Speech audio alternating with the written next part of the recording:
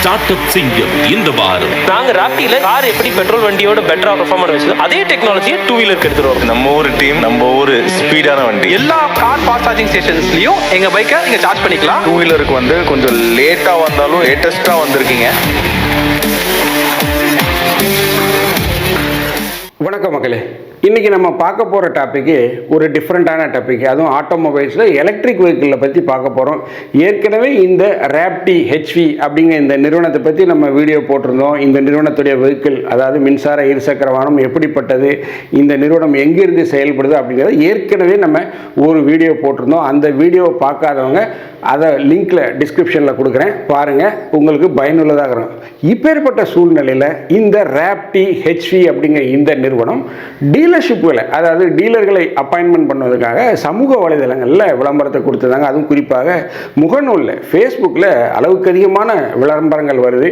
So இந்த நிறுவனத்தை நம்பி டீலர்ஷிப் எடுக்கலாமா, மெயின் டீலர் எடுக்கலாமா, இல்லை சப் டீலர் எடுக்கலாமா, இல்லை ஆத்தரைஸ்டு சர்வீஸ் சென்டர் எடுக்கலாமா அப்படின்னு பல இளைஞர்களுக்கு கேள்விகள் வரும். நிறைய பேர் பொருளாதார வசதி படைத்தவர்களாக இருப்பீங்க, நிதி வசதி படைத்தவர்களாக இருப்பீங்க. ஸோ இதில் போய் முதலீடு செய்யலாமா அப்படிங்கிற பல கேள்விகள் வரும். ஏன் அப்படின்னு பார்த்தீங்கன்னா, இப்போ நிறைய பேர் வேலை இழந்துக்கிட்டு இருக்காங்க. அதுவும் குறிப்பாக ஐடி துறையில் இந்த ஜியோ பாலிடிக்ஸ் வந்து பார்த்திங்கன்னா ரொம்ப டென்ஷனாக போயிட்டுருக்கு. இன்றைக்கி வந்து பார்த்திங்கன்னா ரஷ்ய அதிபர் என்ன சொல்லியிருக்காருன்னா, ஈரானை அமெரிக்கா தொட்டால் ரஷ்யா பார்த்துட்டு வேடிக்கையை பார்க்காது, ரஷ்யாவும் களத்தில் இறங்கும், நாங்களும் அமெரிக்காவுக்கு பதிலடி கொடுப்போங்கிற விதத்தில் ரஷ்யா களத்தில் குதிச்சிருக்கு. இது மிகப்பெரிய அளவில் அந்த ஜியோ பாலிட்டிக்ஸ் டென்ஷனை அதிகப்படுத்தியிருக்கு. ஒரு பக்கம் பார்த்திங்கன்னா தங்கத்தோட விலை ராக்கெட் மாதிரி போயிட்டுருக்கு. ஸோ இதெல்லாம் எதை குறிக்குது என்றால் ஒரு நிலையற்ற பொருளாதார நிலை அப்படிங்கிறது தான் ஏற்படுத்தி கொண்டிருக்கு. ஸோ இப்பேற்பட்ட சூழ்நிலையில் ஒரு பிஸ்னஸ் ஆரம்பிக்கலாமா, வேலை போயிடுச்சு, ஏதாவது ஒரு சின்ன எலக்ட்ரிக் டூ வீலர் பிஸ்னஸ் ஆரம்பிக்கலாமா, அது மூலமாக ஏதாவது சம்பாதிச்சிடலாமா, ஏதாவது குடும்ப பொருளாதாரத்தை உயர்த்திட முடியுமா அப்படின்னு நிறைய பேருக்கு என்ன வரும். ஸோ அதை பற்றி தான் நம்ம பார்க்க போகிறோம். இதை பற்றி பேசுறதுக்கு உனக்கு என்னடா தகுதி இருக்குது, நீ என்ன இண்டஸ்ட்ரியல் எக்ஸ்பர்ட்டா அப்படின்னு கேட்டிங்கன்னா, நான் இந்த ஆட்டோமொபைல் துறையில் கிட்டத்தட்ட 20 ஆண்டுகள் நிபுணத்துவம் பெற்றவன். அதுவும் குறிப்பாக 2 சக்கர மற்றும் 4 சக்கர வாகன கார் உற்பத்தியாளர்கள்ட்ட ஏரியா மேனேஜர், ஸ்டேட் மேனேஜர் போன்ற அந்தஸ்துகளில் பல்வேறு நிறுவனங்களில் பணிபெற்ற ஒரு அனுபவம் உடைய, பல்வேறு டீலர்களை ஹேண்டில் பண்ணியிருக்கேன். ஒரு டீலர்கள் எந்தெந்த மாதிரியாக லாபம் சம்பாதிப்பாங்க, எந்தெந்த விதமாக அவங்க தங்களுடைய பணத்தை இழக்கிறாங்க, எந்தெந்த இடங்களில் அவங்களுக்கு நஷ்டம் வருது, அந்த இடங்களில் அவங்க அந்த நஷ்டத்தை எப்படி நிவர்த்தி பண்ணுறாங்க, எப்படி ஒரு கஸ்டமரை அணுகுவது, எப்படி ஒரு ஷோரூமை கட்டமைப்பது, இவ்வளோ லட்சம் வாடகை கொடுக்க முடியுமா இந்த வருமானத்துக்கு, இந்த லாபத்துக்கு. ஸோ இதை பற்றி நன்கு அறிந்தவர் தான் நான். ஸோ என்னுடைய அனுபவத்தை உங்களுக்கு பகிர்ந்து கொள்ளணும். மின்சார வாகன டீலர்ஷிப்பை எடுக்கும்போது எந்தெந்த விஷயங்களில் கவனமாக இருக்கணும், அந்த டாக்குமெண்ட்டை எப்படி படித்து பார்க்கணும், எந்தெந்த விஷயங்களுக்கு நம்ம சரின்னு ஒத்துக்கொள்ளக்கூடாது, அதை பற்றி தான் நம்ம இந்த நிகழ்ச்சியில் பார்க்க போகிறோம். நான் உங்கள் ஜோசப். வாங்க நம்ம இப்போ நிகழ்ச்சிக்குள்ளே போகலாம்.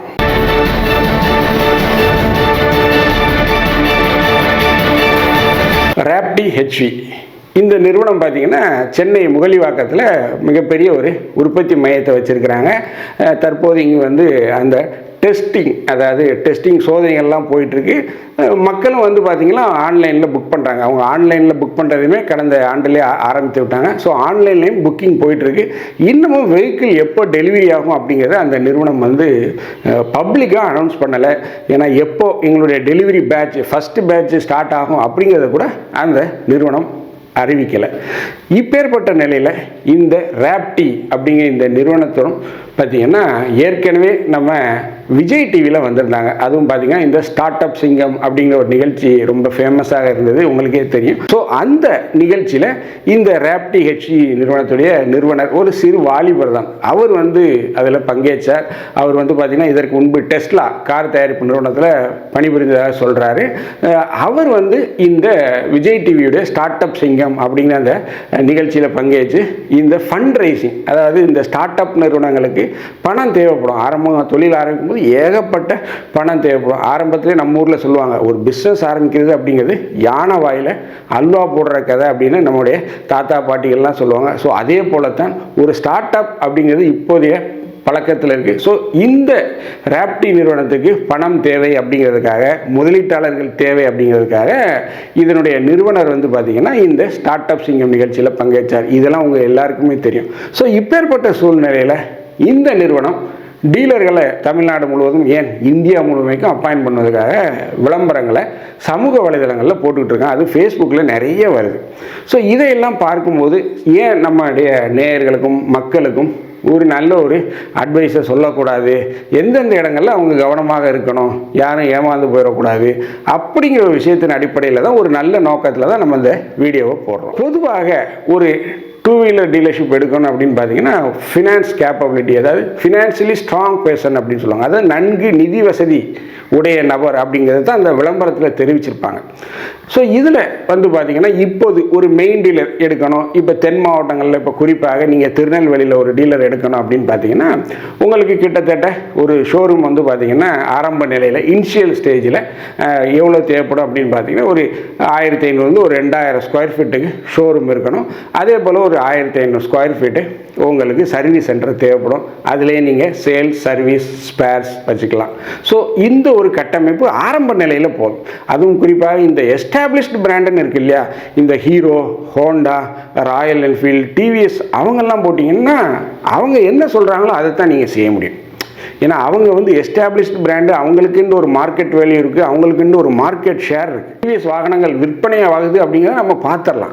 அந்த அளவுக்கு ஒரு பிராண்ட் வேல்யூ இருக்குது, ரீசேல் வேல்யூ இருக்குது. ஸோ அந்த மிகப்பெரிய எஸ்டாப்ளிஷ்டு ஒரு கார்பரேட் பிராண்டுக்கு முன்னாடி நீங்கள் போகும்போது அவங்க என்ன திட்டத்தில் வைத்திருக்காங்களோ அவங்களுடைய சிஐ நாம்ஸ், அதாவது கார்பரேட் ஐடென்டிட்டி நாம்ஸ்னு சொல்லுவோம், அந்த நாம்ஸ் வர என்ன செய்யணுமோ அதைத்தான் நீங்கள் செஞ்சாகணும். அவங்ககிட்ட நீங்கள் இது பண்ண முடியாது, அது பண்ண முடியாது, போக போய் பார்த்துக்கலாம் சார், சேல்ஸ் ஆனதுக்கப்புறம் பார்த்துக்கலாம் சார், சூடு பிடிச்சதுக்கப்புறம் அதெல்லாம் சொல்ல முடியும். இதை செஞ்சால் உனக்கு எல்ஓஏ தாரேன் அப்படின்னு சொல்லுவாங்க. அதாவது எல்ஓஏ அப்படின்னு பார்த்தீங்கன்னா லெட்டர் ஆஃப் இன்டென்ட், அதாவது உங்களை நாங்கள் டீலராக அப்பாயின்மெண்ட் பண்ணுறதுக்காக ஒரு லெட்டர் தரோம் அப்படின்னு சொல்லுவாங்க. ஸோ இதுதான் இந்த எஸ்டாப்ளிஷ்டு பிராண்டு பின்னாடி போகும்போது. பட் இந்த புதிய பிளேயர்ஸ் வர்றாங்க இல்லையா, இப்போ உதாரணத்துக்கு இந்த ரேப்டியே எடுத்துக்கோங்க. இவங்க புதிதாக வரக்கூடிய ஒரு பிளேயர். இவங்க வாகனம் எப்படி இருக்குன்னு நமக்கு தெரியாது, மக்கள்கிட்ட என்ன மாதிரி ரெஸ்பான்ஸ் இருக்கும் அப்படின்னு தெரியாது. ஸோ அதெல்லாம் போக போகத்தான் நமக்கு தெரியும். ஃபீல்டில் ஓட்டும்போது, ரோட்டில் ஓட்டும்போது அந்த வாகனத்தில் என்ன பிரச்சனை வருது, கஸ்டமர்கள் என்ன பிரச்சனையை ஃபேஸ் பண்ணுறாங்க, அதுக்கு சர்வீஸ் வாரண்டிலாம் இந்த நிறுவனங்கள், தயாரிப்பு நிறுவனங்கள் வாரண்டிக்கு உண்டான பார்ட்ஸை வச்சுருக்காங்களா, இல்லை அவங்க இம்போர்ட் பண்ணுறாங்களா, இல்லை லோக்கல்லே அவங்களுக்கு வெண்டர் சப்ளை பண்ணுறாங்களா, ஸோ இந்த பார்ட்ஸை அவங்கள 2 நாளால் கொடுத்துட முடியுமா, இதெல்லாம் நிறைய விஷயங்கள் பார்த்து தான் நம்ம ஒரு டீலர்ஷிப் ஆரம்பிக்க முடியும். எடுத்தோம் கவித்தோம் அப்படின்னு உடனடியாக துட்டு இருக்குது அப்படிங்கிறதுக்காக, பணம் இருக்குது அப்படிங்கிறதுக்காக நம்ம ஆரம்பிக்க கூடாது. இதுதான் என்னுடைய அட்வைஸ். மேலும் வந்து பார்த்தீங்கன்னா ஒரு 1000 ஸ்கொயர் ஃபீட்டில் ஒரு 1000, 1500, அதிகபட்சம் போனால் ஒரு 2000 வந்து ஷோரூம் கேட்பாங்க. ஒரு 1500 ஸ்கொயர் ஃபீட் உங்களுக்கு சர்வீஸ் கேட்பாங்க. இதுதான் நார்மல் நாம்ஸு. மேலும் வந்து பார்த்தீங்கன்னா உங்கள் ஃபினான்ஸ் கேப்பபிலிட்டி எல்லாம் பார்ப்பாங்க. பெரிய பிளேயர்ஸ் நான் இருக்கும்போது பார்த்தீங்கன்னா, டீலர் டெவலப்மெண்ட்டில் இருக்கும்போது பார்த்தீங்கன்னா அவங்களுடைய அவங்க last 1 year 3 years balance sheet, அவங்களுடைய current account statement, PAN card, CIBIL score எல்லாம் பார்த்து இவங்களால் பெரிய அளவுங்கிட்ட கடன் இல்லை, சிபில் ஸ்கோரும் நல்லா இருக்குது, இவங்களுக்கு லோன் கொடுக்குறதுக்கும் வந்து லெண்டர்ஸ் ரெடியாக இருக்கிறாங்க அப்படிங்கிறதெல்லாம் கேல்குலேட் பண்ணி தான் நம்ம அவங்கள செலக்ட் பண்ணுவோம். செலக்ட் பண்ணோன்னா அந்த நிறுவனம் என்ன செய்யும் அப்படின்னா உங்களுக்கு எல்ஓஐ அப்படின்னு சொல்லுவாங்க, லெட்டர் ஆஃப் இன்டென்ட். அதாவது உங்களை நாங்கள் இந்த மாவட்டத்திற்கு டீலராக நியமிக்கிறோம் அப்படின்னு ஒரு எல்ஓஐ கொடுப்பாங்க. நீங்கள் உங்கள் ஷோரூம் சர்வீஸ் செட்டப்புகளை வந்து 3 மாதத்திற்குள் அல்லது 6 மாதத்திற்குள் நீங்கள் கட்டமைத்து ஃபோட்டோக்களை எங்களை சமர்ப்பிக்கணும். அதற்கப்புறம் உங்களுக்கு விற்பனைக்கான அனுமதி தரப்படும் அப்படின்னு சொல்லுவாங்க. ஸோ இதுதான் வந்து இந்த எஸ்டாப்ளிஷ்டு ப்ரேயர் பண்ணுறது. இதே தான் இந்த ரேப்டி நிறுவனமும் செய்வாங்க, அதில் தான் மாற்று கருத்து இல்லை. பட் ஆரம்பத்தில் நம்ம இன்வெஸ்ட்மெண்ட் பண்ணும்போது, இப்போ ஒரு டீ கடை ஆரம்பிக்கும் போது இந்த காலங்களில் பார்த்தீங்கன்னா குறைஞ்சது ஒரு 5 லட்சம் 20 லட்சம் இல்லாமல் செய்ய முடியாது. அப்படி ஒரு சூழ்நிலை ஆகிப்போச்சு. ஏன்னா அட்வான்ஸு, வாடகை அந்த மாதிரியான ஒரு சூழ்நிலை இருக்குது. அப்படி இருக்கும்போது ஒரு மின்சார வாகன டீலர்ஷிப் எடுக்கணுங்கும்போது உங்களுக்கு குறைந்தது இப்போதைக்கு அவங்க கேட்குறதுனா குறைந்தது 1 கோடியாவது கேட்பாங்க. குறைந்தது 1 கோடி உங்களுக்கு வேணும் அப்படின்னு சொல்லுவாங்க. ஏன்னா சிஏ நாம்ஸ்ன்னு சொல்லுவாங்க. ஏன்னா இந்த நிறுவனங்கள் என்ன பண்ணுவாங்க அப்படின்னா, அதே அந்த established brand Honda, Royal Enfield, TVS, Bajaj இவங்களை மாதிரியே நம்முடைய நிறுவனமும் இருக்கணும், மக்கள் மத்தியில் சென்று சேரணும், அப்போ தான் மக்கள் வருவாங்க அப்படிங்கிற எண்ணத்தில் உங்களை அளவுக்கு அதிகமாக இன்வெஸ்ட்மெண்ட் பண்ண சொல்லுவாங்க. அதாவது இந்த சிஏ நாம்ஸில் ஷோரூம் வந்து இப்படி ஹைடெக்காக இருக்கணும், ஒர்க் ஷாப் வந்து நியூமேட்டிக் ஹைட்ராலிக் பெஞ்ச் போடணும், நியூமேட்டிக் பெஞ்ச் போடணும், அதெல்லாம் போடணும் அப்படின்னு சொல்லுவாங்க. ஷோரூமை நீங்கள் இந்த அளவுக்கு டெக்கரேட் பண்ணணும், அதெல்லாம் நீங்கள் எங்கிட்ட கொடுத்துடணும், எங்களுடைய வெண்டார் வந்து பண்ணி கொடுத்துருவாங்க அப்படிங்கிற மாதிரிலாம் சொல்லுவாங்க. பட் என்னை பொறுத்த வரைக்கும் இதில் எனக்கு ஒரு மாற்று கருத்து உண்டு. இப்போ நீங்கள் ஹோண்டாவுடைய ஷோரூம் இந்த மாதிரி இருக்கணும் அப்படின்னு சொன்னால், ஹோண்டா ஒரு எஸ்டாப்ளிஷ் பிராண்ட். ஹோண்டா ஆக்டிவாக்கு என்று ஒரு மார்க்கெட் ஷேர் இருக்குது, ஹோண்டா டியோக்கு என்று ஒரு மார்க்கெட் ஷேர் இருக்குது, ஹோண்டா ஷைனுக்குன்னு ஒரு மார்க்கெட் ஷேர் இருக்குது. அவங்கெல்லாம் கரண்ட் மார்க்கெட்டில் மோதி ஜெயித்த ஒரு ப்ராடக்ட். பட் இந்த ரேப்டி ஹெச்வி அப்படிங்கிறது ஒரு மோசமான ப்ராடக்ட் அப்படின்னு சொல்ல, புதிதாக வரக்கூடிய ஒரு நிறுவனம், அந்த நிறுவனத்துடைய ப்ராடக்ட், அந்த ஈவி எப்படி மார்க்கெட்டில் பெர்ஃபார்ம் பண்ணோம் அப்படிங்கிறது தெரியல. ஸோ அப்படி தெரியாத போது ஒரு ப்ராடக்ட்டுக்காக நம்ம இவ்வளோ பெரிய ஷோரூமை கட்டமைக்க வேண்டுமா அப்படிங்கிற ஒரு கேள்வி எழுது. ஸோ இதுதான் எனக்கு இதில் இருக்கக்கூடிய ஒரு மாற்று கருத்து. ஸோ அந்த இடத்துல நீங்கள் இந்த ரேப்டி ஹெச்வியோடைய டீலர் எடுக்கிறவராக இருந்தால், இல்லை எடுக்க முனைப்பு காட்டுவராக இருந்தால், இல்லை அவங்க கூட பேசிக்கொண்டு இருப்பவராக இருந்தால், நீங்கள் என்ன செய்யணும்னா, சார் வாகனம் இப்போ தான் நீங்கள் லான்ச் பண்ணுறீங்க, எப்படி பெர்ஃபார்ம் பண்ணுதுன்னு பார்த்துட்டு நான் படிப்படியாக ஷோரூமை டெவலப் பண்ணிக்கிறேன் சார், பெரிய லெவலில் போடனா கூட போடுறேன், ஆரம்பத்தில் ஒரு சிம்பிளாக ஷோரூமை வச்சுக்கிறேன், கஸ்டமர்களுக்கு ஒரு எக்ஸ்பீரியன்ஸ் கொடுக்குற அளவுக்கு வச்சுக்கிறேன், மிகப்பெரிய அளவுக்காக நீங்கள் அதில் இன்வெஸ்ட்மெண்ட் பண்ணாதீங்க, உங்களுடைய இன்வெஸ்ட்மெண்ட்டை குறைத்து கொள்ளுங்கள் அப்படின்னு சொல்கிறேன். அதுக்கு மாறாக வாகனங்கள்லாம் அதில் இன்வெஸ்ட்மெண்ட் பண்ணீங்க அப்படின்னா உங்களுக்கு ப்ராஃபிட் கிடைக்கும். ஏன்னா இந்த பெரிய எஸ்டாப்ளிஷ் பிராண்ட் செய்வதை இந்த நிறுவனங்கள் செய்வதை என்னை பொறுத்தவரை நான் ஏற்றுக்கொள்ள மாட்டேன். இது என்னுடைய கருத்து. அடுத்து வந்து பார்த்திங்கன்னா, வண்டியை விற்றதுக்கப்புறம் ஸ்பேர்ஸ் வேணும், சர்வீஸ் பண்ணணும். இந்த ஸ்பேர்ஸுக்கு எல்லா நிறுவனங்களும் வாரண்டி கொடுப்பாங்க. அதுவும் குறிப்பாக மின்சார வாகனம் அப்படின்னா பேட்டரிக்கு 8 இயர்ஸ் இந்த நிறுவனம் வாரண்டி கொடுக்குது. இந்த ரேப்டி ஹெச்வி அவங்களுடைய மின்சார வாகனத்துக்கு, மின்சார மோட்டார் சைக்கிளுக்கு 8 வருடம் வாரண்டி கொடுக்குறாங்க. ஸோ 8 வருடம் அந்த வாகனத்துக்கு வாரண்டி கொடுக்கும்போது இந்த பேட்டரி பேக்கப்லாம் இவங்ககிட்ட இருக்கா, இவங்க அந்த அளவுக்கு நிதித்திறமை உடையவர்களா அப்படிங்கிறத நம்மளும் செக் பண்ணணும். இப்படி எப்படி அந்த நிறுவனம், இந்த டீலர் எடுக்கக்கூடிய நபர் நிதி வளமுடையவரா, நிதி வசதி உடையவரா, ஃபினான்ஷியலி ஸ்ட்ராங்கா அப்படின்னு அந்த நிறுவனம் உங்களை செக் பண்ணதோ, அதே அளவுக்கு நீங்களும் அவங்க ஃபேக்ட்ரியை போய் விசிட் பண்ணுங்கள்.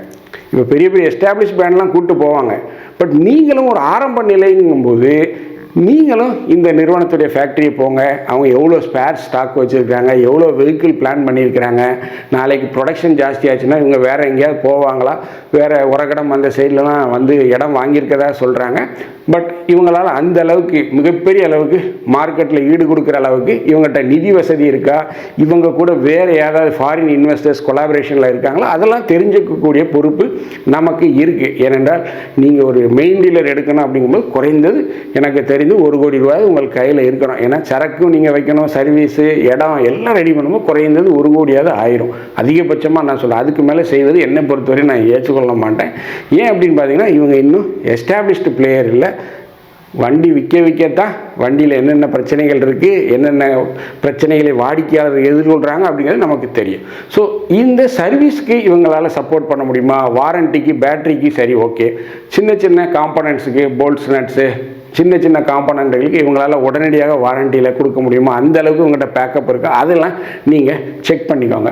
மேலும் இந்த டீலர் அக்ரிமெண்ட் போடுவாங்க. இந்த டீலர் அக்ரிமெண்ட் போடும்போது செக்யூரிட்டி டெபாசிட், காஷன் டெபாசிட் கட்ட சொல்லுவாங்க. அதெல்லாம் பெரிய அளவில் இருக்காது, அதெல்லாம் குறைந்த அளவில் தான் இருக்கும். ஒரு 2 லட்சம் 2.5 லட்சம் தான் கட்ட சொல்லுவாங்க. சில இடத்துல அதை ரிட்டர்ன் கொடுத்துருவாங்க, அதுக்கு வட்டி தர மாட்டாங்க. ஸோ இதெல்லாம் வந்து ஒரு ஸ்டாண்டர்ட் ஒரு கான்செப்ட். ஸோ எப்படி அந்த நிறுவனம் உங்களை நிதி வசதி உடையவராக செக் பண்ணதோ, நிதி வளம் உடையவரா அப்படின்னு செக் பண்ணும்போது நீங்களும் அந்த நிறுவனத்தோடைய எம்டிகிட்ட நேரடியாக உட்காந்து பேசுங்க. அதுக்கு அவங்க அனுமதிக்க மாட்டாங்க, அதுக்கென்று ஒரு டீம் இருக்கும். பட் ஆனால் நீங்கள் அந்த டீலர்ஷிப் அக்ரிமெண்ட்டில் சைன் பண்ணுறதுக்கு முன்னாடி நான் வந்து எம்டியை பார்க்கணும், எம்டியை பார்த்து பேசணும் அப்படிங்கிற வார்த்தையை சொல்லுங்கள். ஏன் அப்படின்னு பார்த்தீங்கன்னா, இது ஒரு புதிய நிறுவனம்.